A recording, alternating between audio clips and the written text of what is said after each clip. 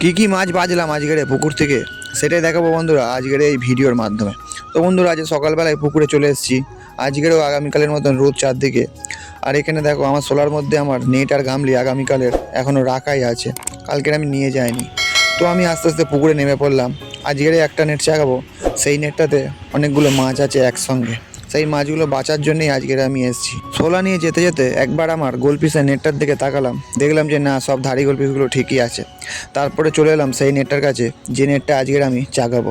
শীতের জন্য সব মাছ ডুবে আছে, তো আস্তে আস্তে আমি নেটটা চাগিয়ে এক কোণে নিয়ে আসছি। দেখো বন্ধুরা এখানে কত মাছ। তারপরে কালকের সেই ভেঙে যাওয়া নেটটা নিয়ে আস্তে আস্তে আমি চাগিয়ে নিলাম কিছুটা পরিমাণ মাছ। এখানে যে মাছগুলো তোমরা দেখতে পাচ্ছ বন্ধুরা, এর মধ্যে আছে কিছু সুন্দরী বেলুন, জ্যাবরা, আর আছে কিছু হাইপিন প্লাটি। তো প্রথমবার আমি নেটটা চাগিয়ে নিয়ে গামলির মধ্যে রাখলাম। এই নেটটাতে অল্প পরিমাণ কিছুটা ঝাঁঝি হয়েছে, ঝাঁঝিগুলো ফেলে দিয়ে এবার আমি সুন্দরী বেলুনগুলো বেছে বেছে নিয়ে গামলির মধ্যে রেখে দিচ্ছি, আর হাইপিন প্লাটিগুলো বেছে নেবো।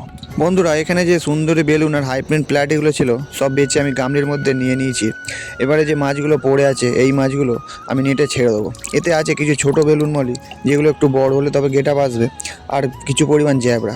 তো এই মাছগুলো আস্তে আস্তে আমি জলের মধ্যে ছেড়ে দিলাম। দেখো কত মাছ এখানে। সব মাছগুলো ছেড়ে দেওয়ার পরে আমি আর একবার আমার হাত নেটটা দিয়ে আবার ছানা মেরে কিছুটা পরিমাণ মাছ তুলে নিলাম। এবারেও অল্প মাছ উঠেছে বন্ধুরা। এরম করে করেই প্রত্যেকবার মাছগুলো তুলতে হবে, যেহেতু তলায় ইঁট দেওয়া আছে তাই একেবারে সব মাছ তোলা যাবে না, আর বেশি নাড়াচাড়া করলে সেই ইঁটের চাপে মাছ মরে যাবে। এই দেখো এই মাছটাই হলো হাইপিন প্লাটি। এই প্লাটি মাছটা এবছর আমি শীতের সময় মাত্র 30টা ফিমেল পেয়েছিলাম। এই মাছের ফিমেল একটু কম হয়, মেল বেশি হয়। তো সেই 30টা ফিমেল থেকেই মোটামুটি অনেকগুলোই বাচ্চা হয়েছে। তা সেই বাচ্চাগুলো এই নেটে কিছুটা আছে, আর অন্য নেটেও আছে।